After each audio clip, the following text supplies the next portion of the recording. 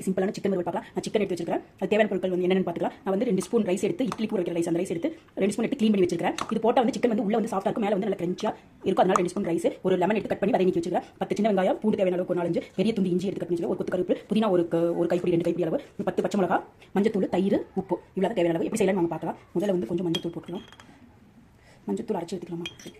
இப்போ வந்து இந்த ஊற வச்ச ரைஸை போட்டுக்கோங்க. அரைக்கிறதுக்கு 2 ஸ்பூன் ரைஸு, 2 ஸ்பூன் ரைஸ் கூட 1/4 ஸ்பூன் மஞ்சத்தூள், சிக்கனுக்கு தேவைக்கேற்ப உப்பு, 2 துண்டு பெரிய துண்டு இஞ்சி, பூண்டு 4-5 பல் பூண்டு, இப்போ தயிர் ஒரு 2 கரண்டி தயிர், மஞ்சத்தூள் இருக்கனால நல்லா இருக்குது. தயிர் ஒரு 4 ஸ்பூன் தயிர் ஊற்றிக்கோங்க. இதை மட்டும் தனியாக அரைச்சி எடுத்துக்கலாம். அரிசி இருக்கனால நல்லா பேஸ்ட் மாதிரி அரைச்சி எடுத்துக்கலாம். நல்லா பேஸ்ட் அரைச்சாச்சு. இப்போ வந்து இந்த சிக்கனுக்குள்ள அப்படியே ஊற்றிக்கலாம். இப்போ வந்து மீதி இருக்கிறதா அரைச்சலாம். 10 சின்ன வெங்காயம், பச்சை மிளகா, இதுக்கு வந்து இஞ்சி பச்சை மிளகா அந்த காரம் நீங்கள் தேவைப்பட்ட வரமிளகா கூட போட்டுக்கலாம். நான் இதே போதும்னு நினைக்கிறேன். ஏன்னா பச்சை மிளகா நான் 10 போட்டிருக்கேன். பச்சை மிளகா, கொஞ்சம் கருவேப்பிலை, புதினா 2 கைப்பிடி அளவு புதினா. இப்போ லெமன் தேவையான அளவுக்கு நான் விதை நீக்கி வச்சுருக்கேன். லெமன் புரிஞ்சுக்கோங்க. விதை இருந்தாலும் எடுத்துக்கோங்க, விழுந்தாலும் இந்த விதையை அப்படியே எடுத்துருங்க. ஒரு லெமன் புரிஞ்சுக்கோங்க. லெமன் புரிஞ்சு வச்சு அரைச்சி எடுத்துக்கலாம். பேஸ்ட்டுனா நல்லா பரட்டி வச்சுக்கோங்க. நல்லா பரட்டிக்கோங்க. நல்லா பரட்டிட்டு 1 ஹவர் அப்படியே ரெஸ்ட்டில் விட்டுருங்க. இது 1 ஹவர் ஊறணும். அப்போ நல்லா உள்ள சாஃப்டாகவும் இந்த காரம் இல்லை இறங்கியிருக்கும். இதுக்கு நீங்கள் வரமிளகா இன்னும் பைசியாக வேணும், நீங்கள் வரமிளகா தூள் போட்டுக்கலாம். நல்லா தான் போட்டுருக்கேன். பச்சை மிளகா காரத்துக்கு பச்சை மிளகா அந்த இஞ்சி மட்டும்தான் போட்டுருக்கேன். அப்படியே ஊறிட்டே எடுத்துட்டு அட்லீஸ்ட் 1 ஹவர் ஊறினா தான் இதுக்குள்ளே ஸ்பைசியில் அந்த சிக்கனுக்குள்ள நல்லா இறங்கும்.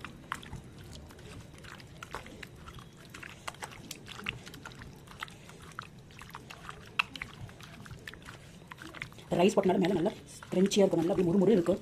நல்லா சாஃப்டாகவும் முறுமுறு இருக்கும். நீங்கள் கண்டிப்பாக ட்ரை பண்ணி பாருங்கள். நல்லா பிரட்டியாச்சும் ஒரு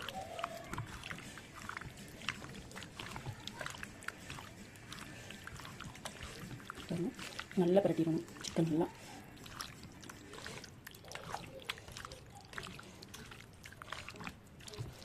பிரட்டியாச்சு.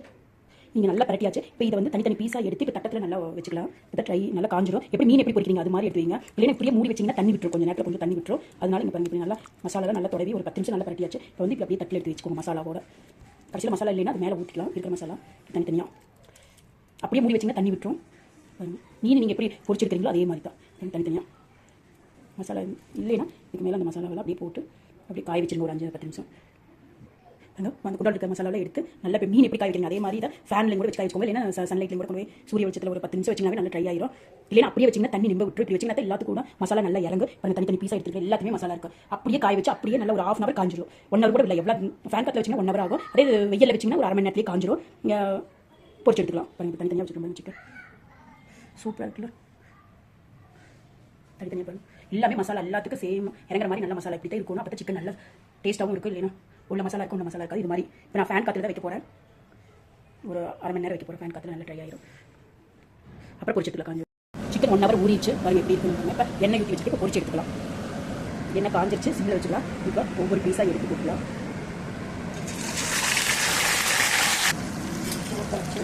பொடியே இது போடும்போது கொஞ்சம் ஈரப்பதம் எண்ணெய் எண்ணெய் தெரிக்கும். அது எண்ணெய் எடுத்து வச்சுக்கணும். அதனால் நல்லா ட்ரையாக மாதிரி போடணும். இந்த சிக்கன் இன்னும் கொஞ்சம் காஞ்சிருந்துச்சுன்னா இவ்வளோ எண்ணெய் தெரிக்காது. நல்லா காஞ்சிருச்சுன்னா ட்ரை ஆகிட்டு எண்ணெய் இருக்காது. சிக்கன் ரெடி ஆகிடுச்சு. எண்ணெய் சட்டி எடுத்துக்கலாம். இந்த அரிசி போட்டனால நல்லா கிரன்ச்சியாக இருக்காங்க.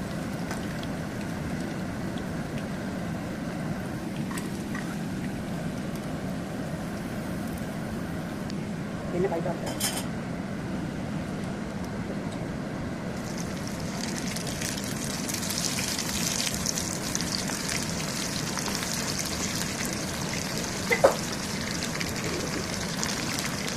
கொஞ்சம் எண்ணெய் நல்லா கொஞ்சம் பயமாக போயிட்டு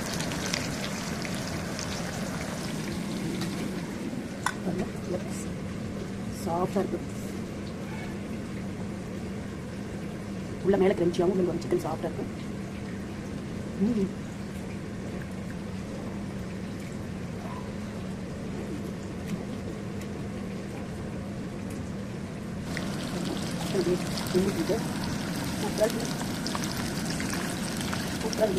அரிசி மாவு போட்டுருக்காங்க மேலே எல்லாம் அதுக்கு ஒரு பேச்சு முடிஞ்சிருச்சு. காலி ஆயிடுச்சு. சிக்கன் இது கொஞ்சம் இன்னும் காஞ்சிருக்கணும், ஈரமாக போடாதீங்க, என்ன இருக்குன்னா பார்த்து போடுங்க. அரிசி மாவு போட்ட மட்டும் கொஞ்சம் நல்லா சிம்மில் வச்சு நல்லா கொஞ்சம் எடுத்துக்கணும். எந்த சிக்கன் கொடுக்கலாம்.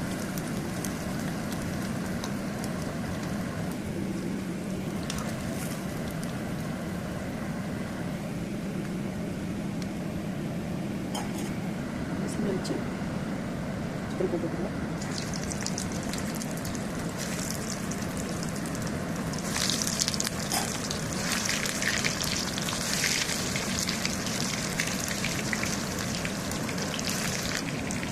அழியாமல் அப்படி வச்சுக்கோங்க, குறையாமல்.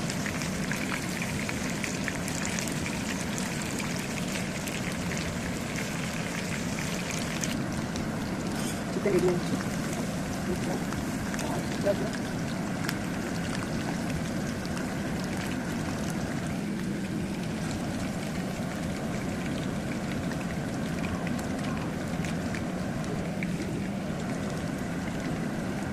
நீங்கள் எண்ணெயில் இப்படி பொரிச்சு எடுக்காம பெரியவங்களுக்குனா நீங்கள் தவாவில் மட்டும் பொரிச்சு வச்சுக்கலாம்.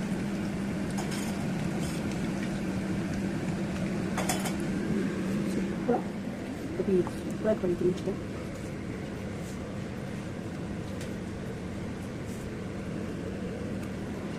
அதை ட்ரை பண்ணி சூப்பராக கொஞ்சம் இருக்கும். நீங்களும் ட்ரை பண்ணி பார்த்துட்டு எப்படி சொல்லுங்கள்.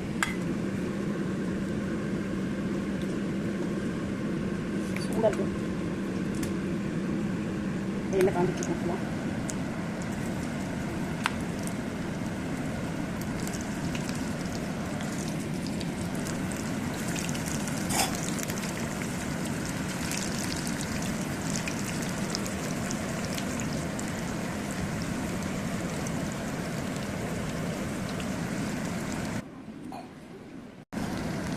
நல்லா குக் ஆகிடுச்சு, எடுத்துக்கலாம்.